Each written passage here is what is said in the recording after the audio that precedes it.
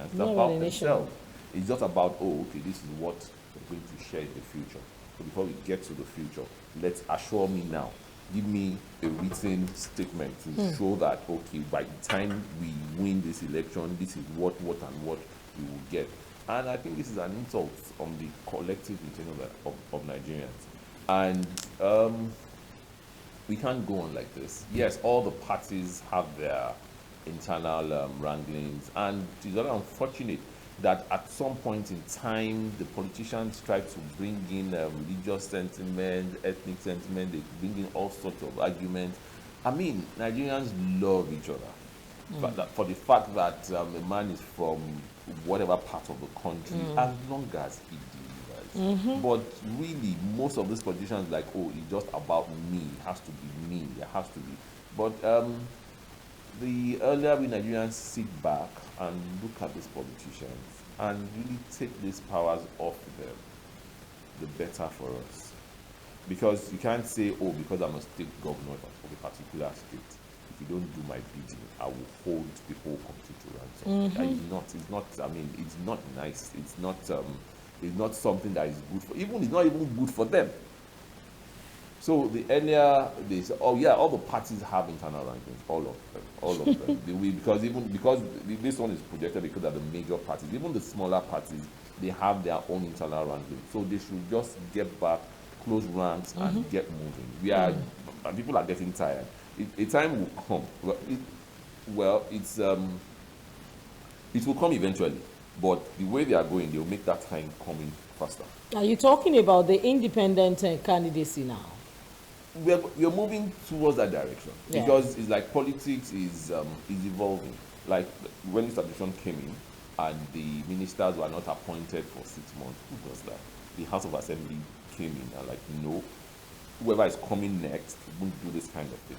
So independent candidacy would come eventually, probably next administration. It's a work in progress. Yes. So you won't now say, oh, it has to be me because you have access to the state coffers, because you have access to... Or probably you belong to some sort of cabal. To government money.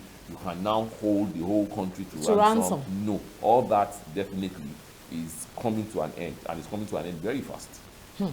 Okay, let me just run through the rest of the stories on the front page of the Punch newspaper. Amosun backs ADC candidate. APC says ex-governor treasurers, and family loses only child. Blames short-staffed Ondo hospital. Both accidents claim 701 lives in 34 months. And beside the nameplate, work for Tinubu's victory, Buhari tells APC women. And government alleges sabotage. Dangote threatens lawsuit. And above the nameplate of the Punch newspaper, we have a whole list there of which includes Akeredolu, Ishaku, Adebutu, Bayero, Atuashe, Olanipekum, and a host of others getting national honors. I want us to talk about that national honors. A lot of things to talk about on the front page of the Punch newspaper. But before we go there, I just want to run through the rest of the stories from the front pages of the dailies today. I move to the Nation newspaper. The Nation newspaper captioned its lead story this way: PDP, I beg your pardon, is party of termites, can't return to power, says Tinubu. Okay, Buhari lists winning strategies at Tinubu Shetima women team inauguration, and Wike allies absent at Atiku campaign as Atiku campaign kicks off. ASU strike to end in days. At least, oh my God, something to cheer about, at least for once. On the front page of the paper this morning, say Agbajabiamila Falana. Since the Speaker of the House of Rep is come into this discussion, we've seen some sort of gradual progress. We'll talk about that later. All right. APC accuses Dogara of using religion to cause disaffection. Buhari to confer infrastructure award on Wike Camp 21st of October. And fire raises Kogi House of Assembly complex. INEC political parties can't substitute candidates again. The Nigerian Tribune this morning has the lead story. ASU optimistic says there is light at the end of the tunnel. Buhari to address no work, no pay. That's another twist to it. That's coming from Bajabia Mila. And Buhari to confer national honors on Lawan Ariwola Okonjo Iweala, 443 other Nigerians and foreigners today. Wike bags award of infrastructure delivery. And why Lagos Ibadan train stopped 4 times in transit.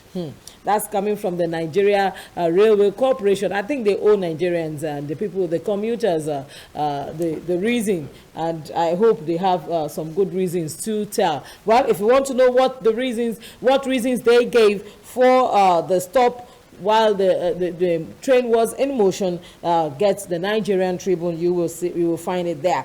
Also, PDP ready to rescue Nigeria from hunger, poverty, insecurity, coming from the PDP presidential candidate, former Vice President Atiku, and says party lifted Nigeria from bottom to top. APC brought woes. We are waiting for Wike, others to join us. That's coming from the honorable chairman, national chairman of the PDP party. Above the nameplate, we have transfer your support for me to Tinubu. Buhari tells women.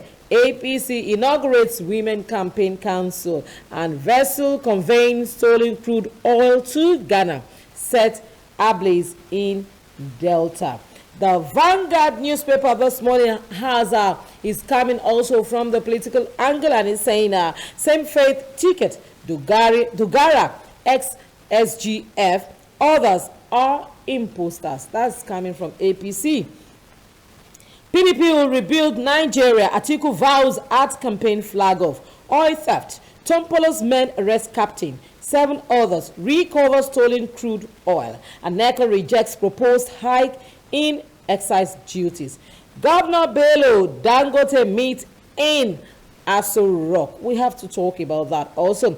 Gunmen killed 2 policemen in Imo. Afenifere Akeredolu biker over obese endorsement. And death. Nigeria, I beg your pardon, Abuja Disco disconnects Niger government house. Niger government house.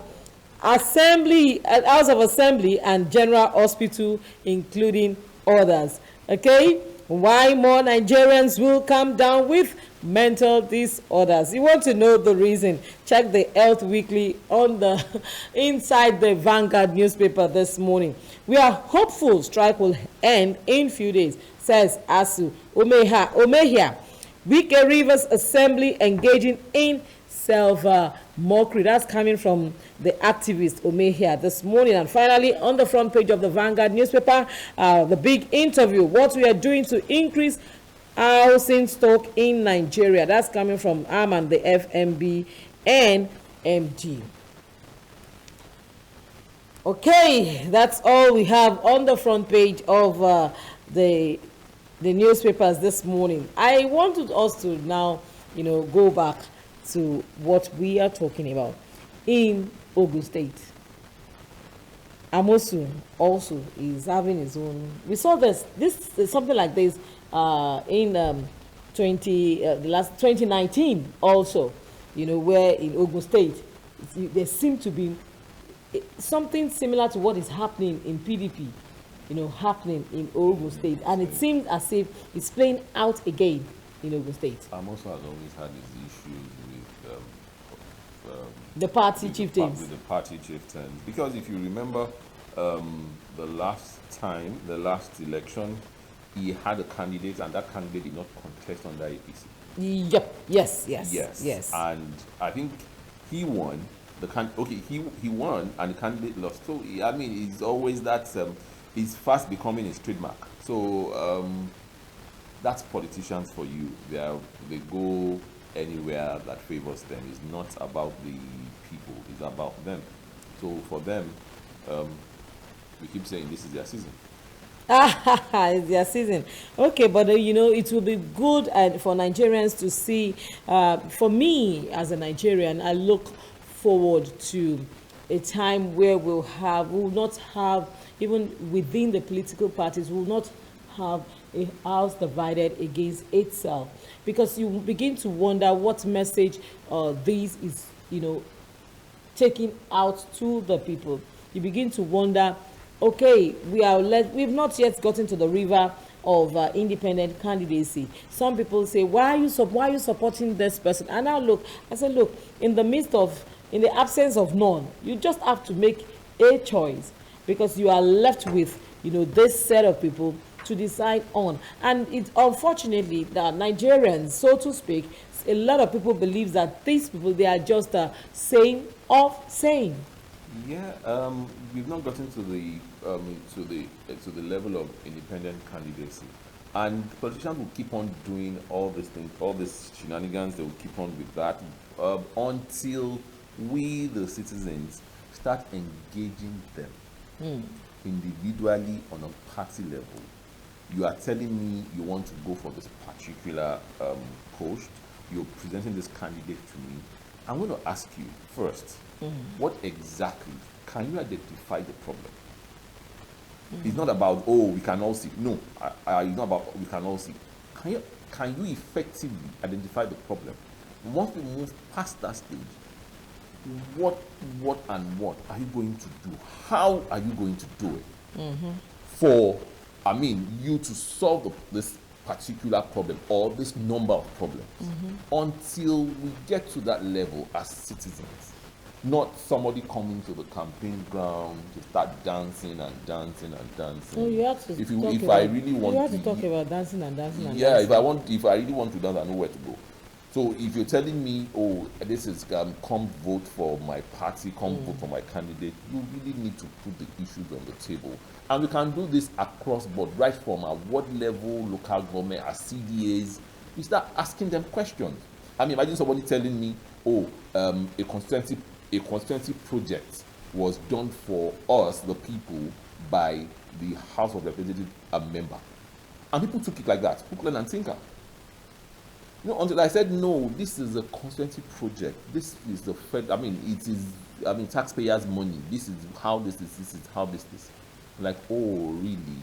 So people need to be more aware, engage, enlightened. Ask them questions. Ask them simple questions. Oh, my son attends this public school. Okay, what is the plan? How many do we have? Do we have enough? Are you building more? If he says yes, where do you want to get the money from? It's very, very simple. Do you not think that the rate of poverty in the land is beclouding the sense of reasoning of a lot of Nigerians? Because we just have to be practical here. Then to get worse. Then it's going to get worse. Because yes, at the moment they weaponize poverty. Even when those who know start talking, people have, just like you said, they've lost it. Like, oh, let them just give us what they want to give us. We are okay, they can't steal everything.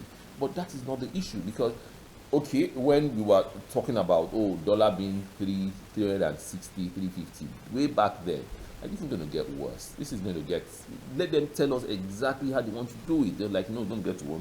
How? I'm like, we do it, we just do it. Now, we are more or less, by the time they have, like maybe 1,000. We should learn our lesson. We cannot go on like this. We can't keep just turning the wheel over and over and over again. We should just stop at a point, learn our lesson before we move on.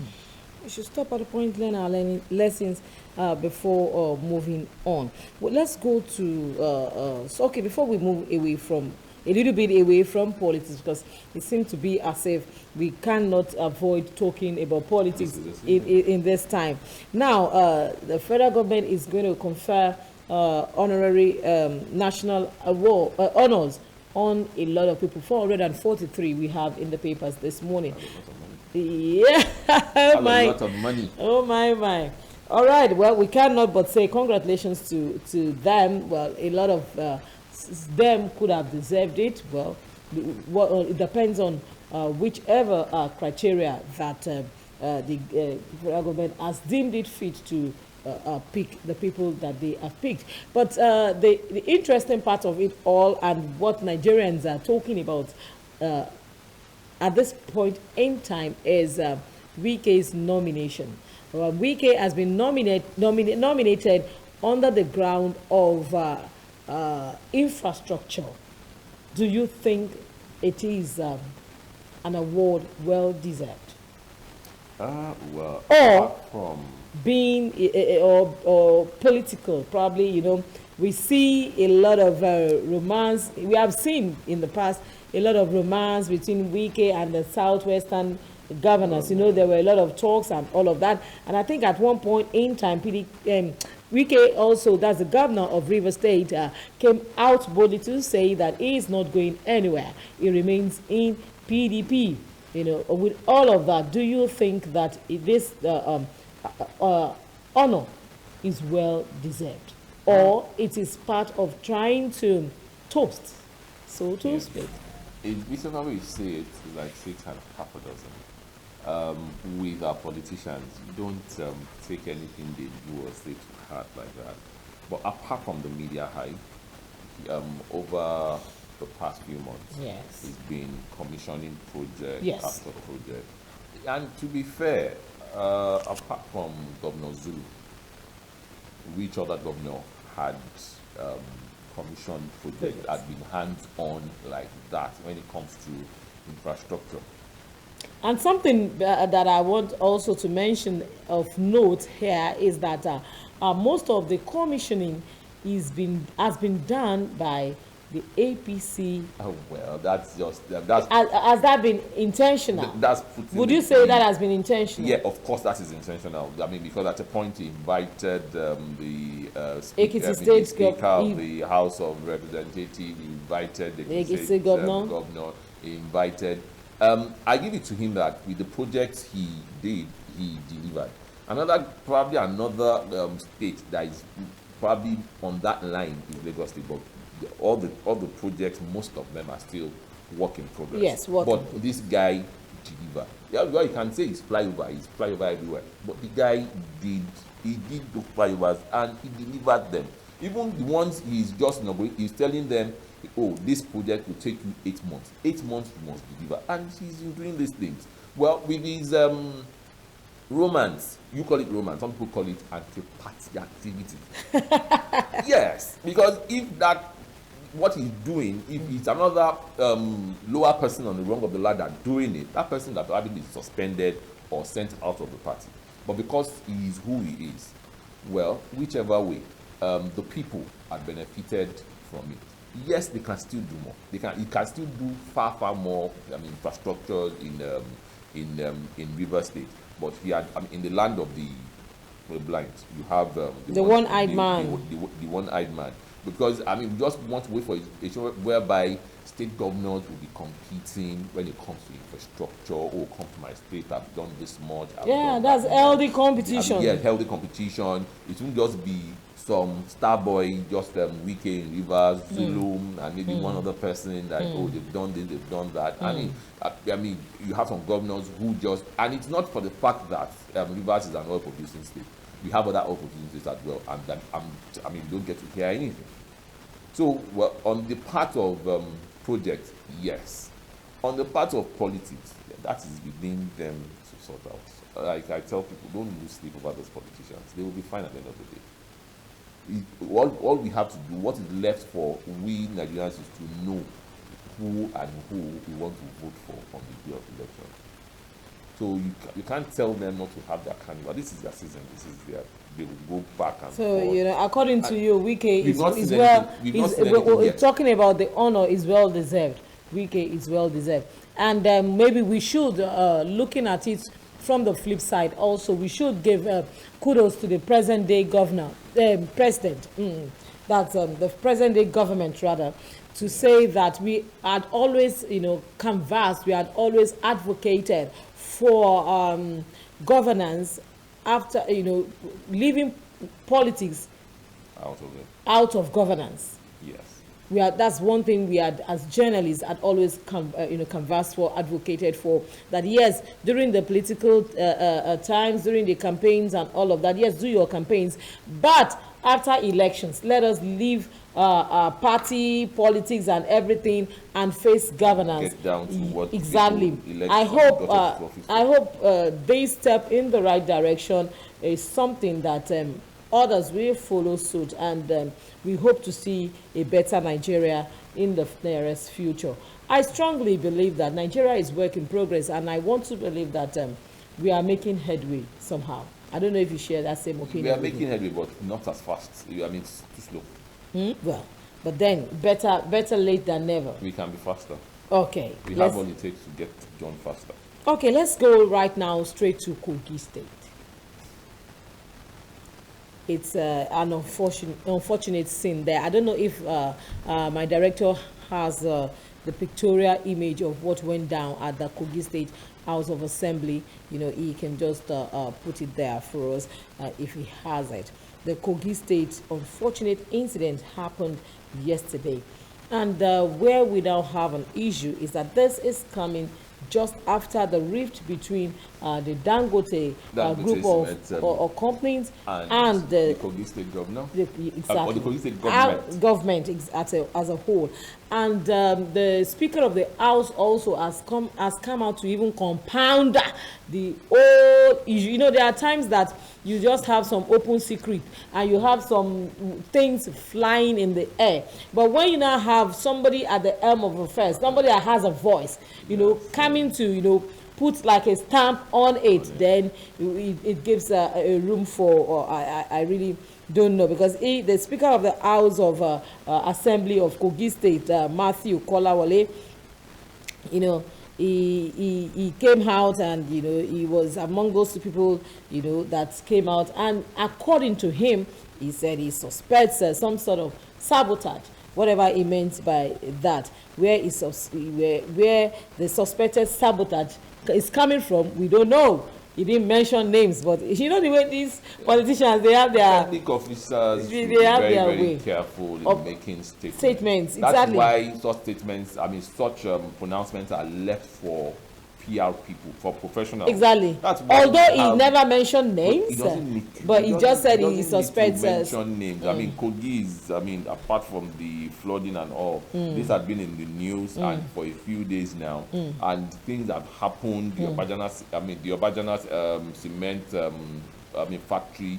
They had been back and forth, and the state government had used some crude means to close the factory down. And crude means, you say? Yes, I mean it wasn't. I mean, it wasn't closed down through a court order. No, it wasn't closed down through a detachment of policemen or military men. No. So I mean, with this between Dangote group of companies and the Kogi state government, they are sending wrong signals out to the entire world. This is the same government that is going out there to look for foreign direct investment. I wish we had Ola Daniels here to come and give us the legal perspective. Yeah, they will, because at the end of the day, they will settle. But they've sent out a wrong signal. If that can happen to Dangote, so I'm looking at like a foreign investor now, and I'm looking at it that, oh, okay, what will happen to me if I come to invest in this particular environment? I am not saying this person is a saint, that person is a saint, or this person is the devil. No, but these issues could have been better managed. Now, the president has summoned them. What was the presidency looking at before things got to this level? I mean, we need to really look at the consequences of our actions or our inaction. Now they closed down. I mean, that particular cement factory is about, I think, one of the 1, 2, 3 largest in Africa. That is even the largest in Dangote's group of companies. And it is not just even about Dangote's group of companies. There are other companies, other livelihoods, the communities affected. It's going to, I'm very sure it's going to affect either the price of cement or supply of cement or all over. So these things has a chain, I mean, has got a ripple effect. So before we go down, yes, the state is saying, how did they get it? What are they looking at all this while? And I'm sure there are better means of handling this kind of issues. Not a way of throwing Not the baby away with the water. Exactly. So Exactly. because I'm thinking, oh, because you will talk about Nigerians, we talk about investments and all of that. Unfortunately, we find ourselves at a junction where most of the foreign investors, they have left the country. Now we have some local investors. Is the government, frustrating the local investors? Now look at the rippling effect of this now, because at the end of the day, you have a lot of people that their means of livelihood is attached, to yes, all of this. Not 1,000, not 2,000. Exactly. And another report also came out later yesterday to say that it was a Dangote group that deployed its firefighting equipment to put out the remaining fire to prevent it from extending to other offices. So by that, it's saying that bad enough, the Kogi state government does not have a state-of-the-art fire equipment to put out fire in the government house. I mean, if you can't put out fire in the government house of assembly. Exactly. So what happens if there's a fire incident in town? That's quite shameful. Very, very shameful. It's just unfortunate where we find ourselves. And it's been, we've always had rips about a property. You built your property on my land, and you find most of the times that the owner, if they go to court and God help the owner of the property, that the owner of the land wins the case. The owner of the land says, okay, it's my property now. Do you want to take your property off my land? So in most of the times, even with individuals, you find them trying to settle, amicably out of court. Yes. I wonder why it's been so difficult for government to do that. Over 20 people were shot in this particular incident. Yeah. So I mean, why do we have to be that crude? It's a very sad news. It's a very sad story, and we really need to re-emphasize on the fact that our lawmakers, they also have to be careful about the information and the speeches they put out there, because for me it was a strong speech. That was an unguarded statement. Yes, the way it is was an unguarded statement. So next time we have this kind of thing, just let it. I mean, tensions are high already, so don't further make a bad case worse. Okay, quickly, let's talk about boat accidents. We've had it, for the opting time, and the report is now telling us that, unfortunately, in 34 months, that's in a year and a half, thereabout, 34 months. We're talking about almost 3 years now, that we've had 701 lives that we have lost. Is there something that we could have done better? Yeah. With that statistics, I'm sure that's just putting it mildly. And if you go down, if you try to take the figures apart, it's either they're trying to escape from kidnappers, or they're flooding in the area and all that. It's high time the government start paying attention to our inland waterways, because these are not many of those accidents happen on the high sea. They happen on our internal waterways. So the agency concerned should pay more attention to our inland waterways. The issue of engine failure, the boat drifted and hit something, and we can't just sit back and keep losing life. We don't want to wait till the time when we have an emergency or flooding somewhere before someone that just have an idea of how to steer a boat now get into it. We need to be proactive. We need to be very, very proactive, because you have people who are naturally good swimmers, who know about these things, who live in the waterfront.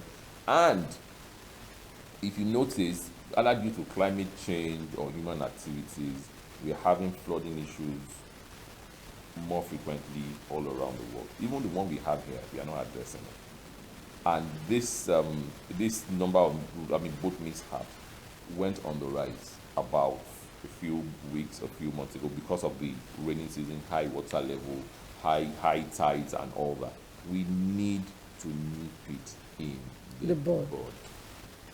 Okay, all right. Thank you so much. Well, I want us to talk about everybody giving kudos to the Speaker of the House of Representatives that ever since he has decided to intervene or give a word or be the front burner of the conversation between ASU and federal government, we have seen some sort of progress. What can you say about all of this? And also, his intervention started coming so fast after the backlash from the picture he posted. You remember the time he posted a picture? Yeah, when he went to Harvard. Yes, when he went to Harvard. And so could that have been something to push him, or ASU went to strike in February, and this is in March? I'm talking about April. February 14th. February 14th was Valentine's Day. And this is we are in October. Did they have to wait that long? Wajabia Miller had been in this government ever since his inception. And my question is, if their children were in this same institution, would they have waited that long? The same speed in which they take on to solve aviation problems, because it affects them directly somehow. And they waited, they sat back, and to now insult Nigerians when they travel or when their children graduate, they post the pictures. That is pretty bad. And it seems we don't really know how bad this has cost us. It is to say that those children who wrote WAEC in 2020 are yet to have a full semester of university education. So it's like telling them that, oh, because your parents are not rich, it's a sin. That is it. And I know, of course, I always tell you that once electioneering, or once the campaign starts, this ASU problem, they will wrap it up quickly. So campaign has started officially. So there's no way this government or the present party in power would want to campaign for anything with ASU being on strike. So politicians are really taking us for a ride. Unfortunately, ASU found themselves between the deep sea and a hard rock. But being what it is, they've sorted themselves, they're trying to sort it out, and the issue of they had one or two issues on no work, no pay, and all that. I think that's the one that the president is about to address. So why is the president just talking? He gave the minister 2 weeks ultimatum. That one didn't do anything. Ngige came in, that's the labor minister came in, and you could see all things. He made the situation worse. Yes, he took it quite personal, and you could see all these things on TV, and nothing still happened. My issue is, have we found a lasting solution to this issue? Well, we seem to be, because we realize that as much as the president said some time ago in his speech that he will not enter into agreements that cannot be fulfilled by the incoming government, just like his predecessors had done for him. We can see that in the present day budget, he had included over 470 billion naira, something like, I can't really pick the figure now, but over 400 billion naira in the budget, for. It is one thing for the government to want to do it, to pump in so much money in that direction. It's another thing to be in touch with the present day reality. We can't continue having education the way it is, especially tertiary education, the way it is. If we are looking at the area of autonomy, fine. If you're looking, because then another issue is what ASU was really driving at then was that you can't tell me there's no money, and you are spending this kind of money on governance. So all these things are the back and forth we had, and it's quite lingered on for so long. The president is going to make a pronouncement before the end of the week. Let's have the text, let's read through. By the time we read through, we would know. Nobody will need to tell or anybody. We will know either this one was just a test drive, or we're going to have the real deal when the time comes. yes, if you know that the government have been tried to, they've tried to like get another association or two other associations to break the ranks of ASU and all that. But we still need to come to the table and be sure that, oh, in the next 10 years, in the next 20 years, this thing will fly. Taking into consideration inflation, taking into consideration events that are happening around the world and all that, and taking into consideration that things are evolving. You can't keep having universities that a student must come to class every day. Exactly. We can't go on like that. So if the government can't fund it, let's be real with ourselves, because I see no reason why even the so-called professors, their kids, even when they travel abroad, they don't. They see the quality of, because it's one thing for you to have the it's world apart. It's another thing for you to have those infrastructures and move with time. Some of these people don't want to move with time. So the problem is on both sides of the divide. I have to come to class by 8 o'clock. Why do I have to come to class by 8 o'clock? I can log into the university portal and listen to the lecturer from my house or from my study table, and we take it off from there. Simple things as simple as submitting an assignment. You have to get the hard copy submitted to the lecturer. Lecturers don't have email addresses. They don't have the official email address. You have to come and see me. You have to. Why? Okay, I think I will soon let you go this morning, but I will not without talking about the something that is affecting a lot of Nigerians indirectly now. I'm talking about the flood in Lokoja and its environs. We say the flood, according to what we have in the news, that it has taken over major roads of the Ajaokuta, Lokoja, the Koton Kafi local government of Kogi State. And unfortunately, vehicular movement had been at a standstill for several days now. And amongst those vehicular movements, we have trucks and trailers and all of them, a lot carrying foodstuff, a lot carrying. We are feeling it right now. Yeah. And it seems to be as if the government is not, it seems as if they are lost for solution, as if we're just waiting for some sort of natural help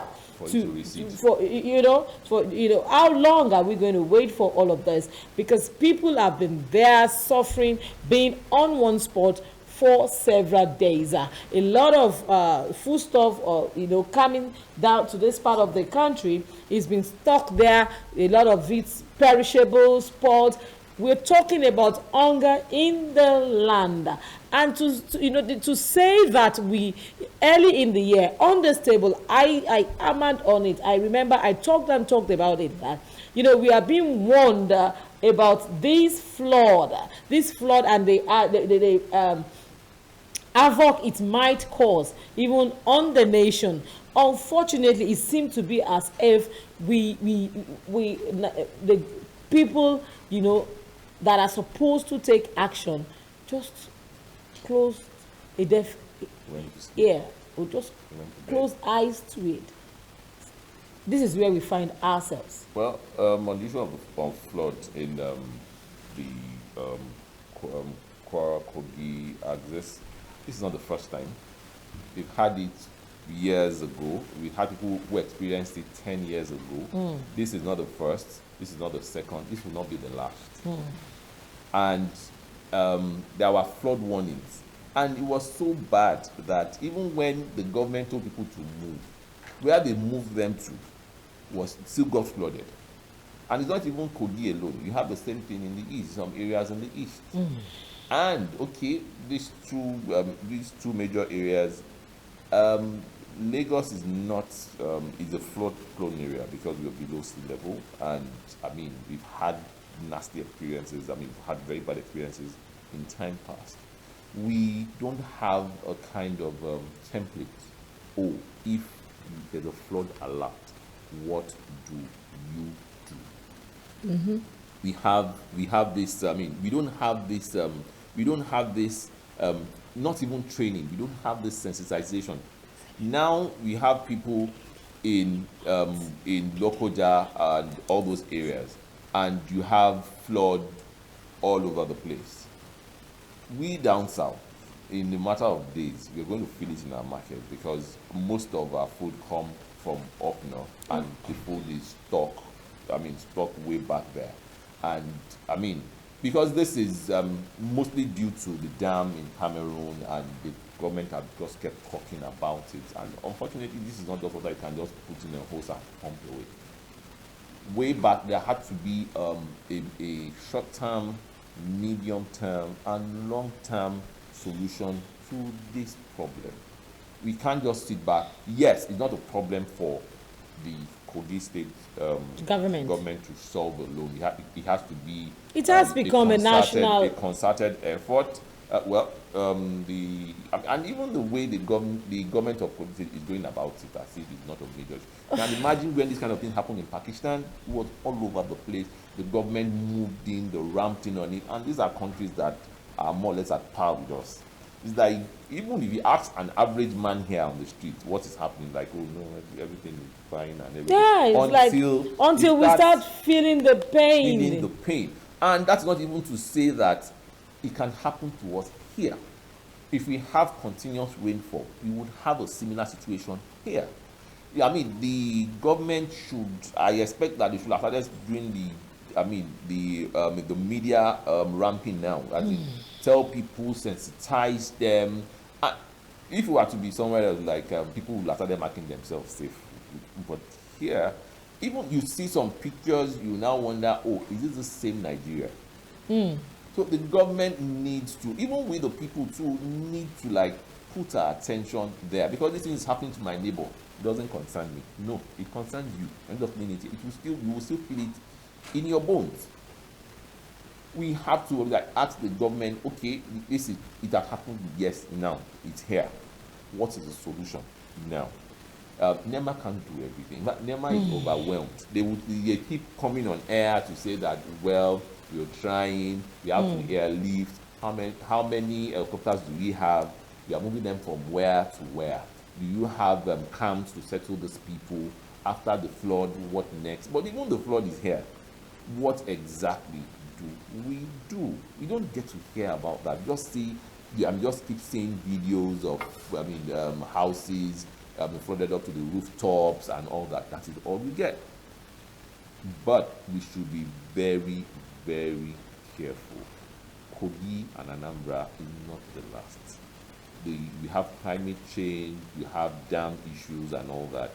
It can come down here. So we need to wake up and smell the coffee. Kogi State government should really get them. They should get their act together. Obajana is not their only problem. They should just get their acts together and address the issue from all angles.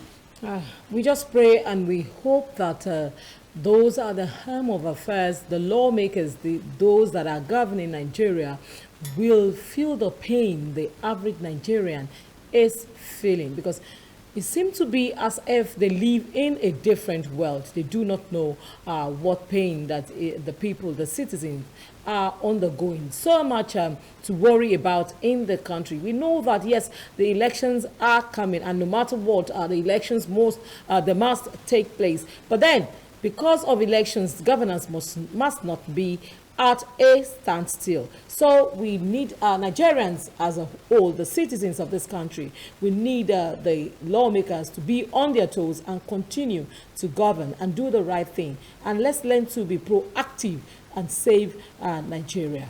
Thank you so much, my guest Tolani Ojuri, this morning for bringing here. Thank you for having me here, and thank you, viewers at home. All right. We will go on a short break. I said it is International Day for the Girl Child. We'll be talking about challenges the girl child faces in our day-to-day life. Don't go anywhere. We will be right back.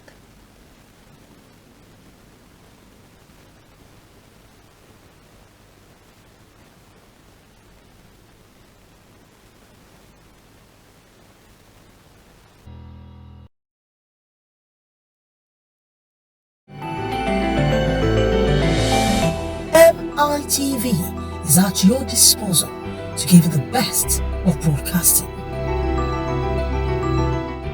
Download our mobile app from your Android and iOS store to enjoy us on the go. Our YouTube channel, MITV Nigeria. Remember, click the subscribe button.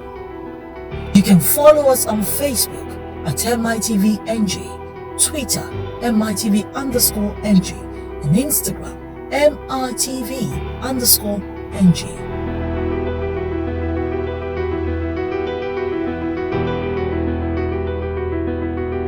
MITV, your family station.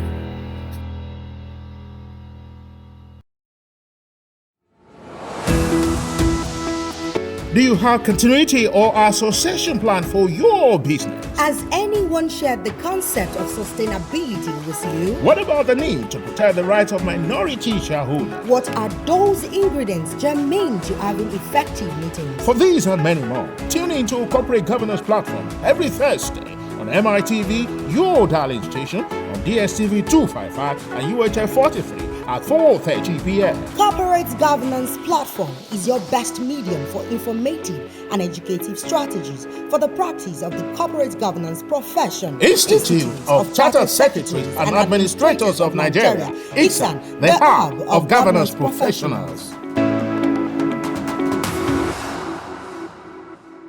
Music is fuel that fires up our souls. Today, African music has a dominant place on the world map. This massive music movement creating waves across the globe.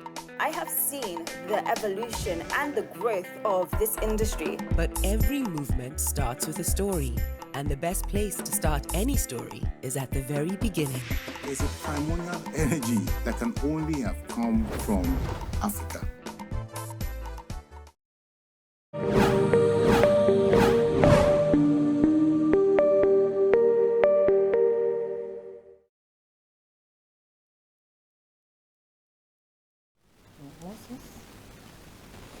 Welcome back. Yes, October 11th all over the world is celebrated, and the girl child is celebrated. It is International Day for the Girl Child.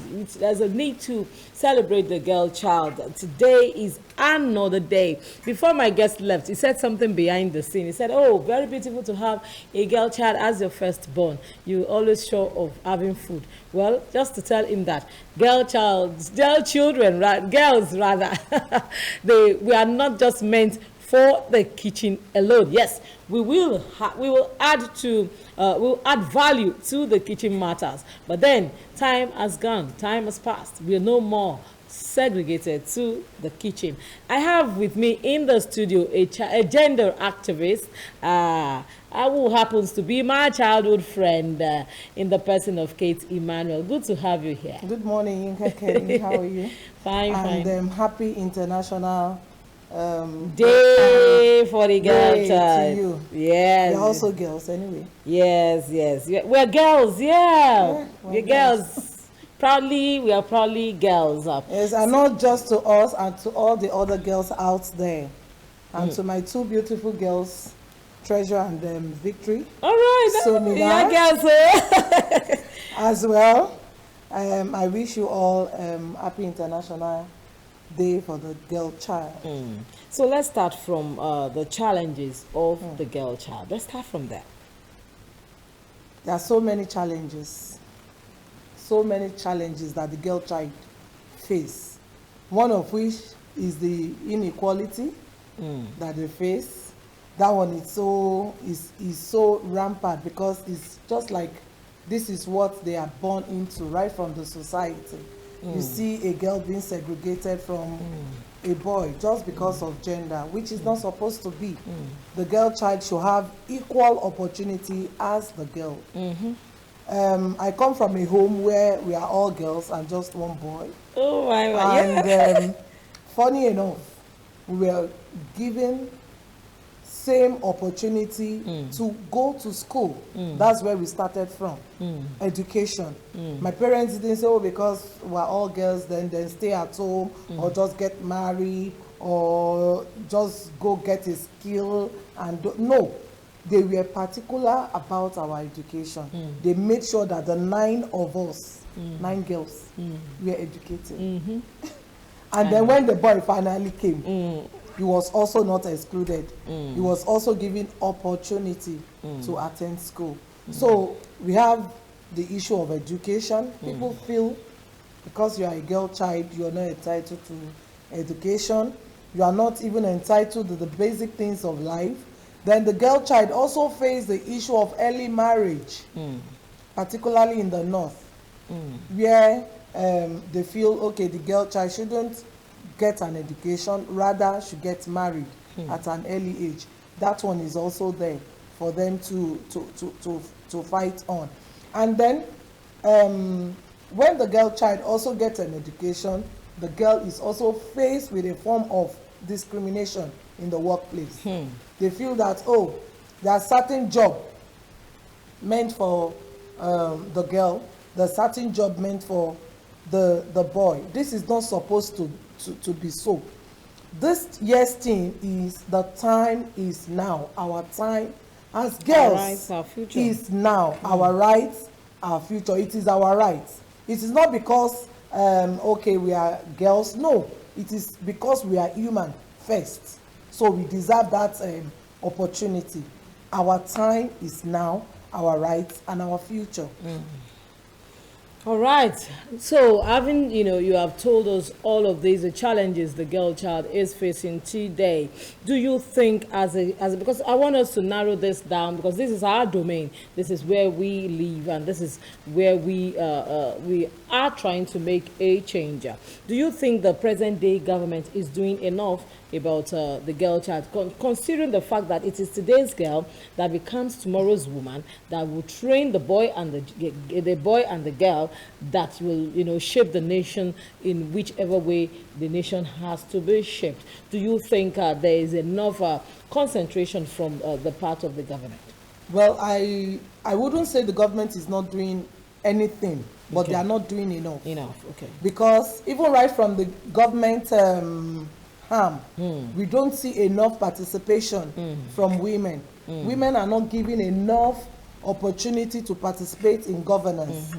They are not given opportunity to pass the laws that would cause the positive change that would actually impact the life of these girls. So they are not given that opportunity enough. So what I am employing our government is to get active participation of women. It is not enough coming out to say, oh, it is women are only needed when it comes to politics. We are already in the era of the campaign, the political campaign, and women are being lobbied to, because they know that women have voice.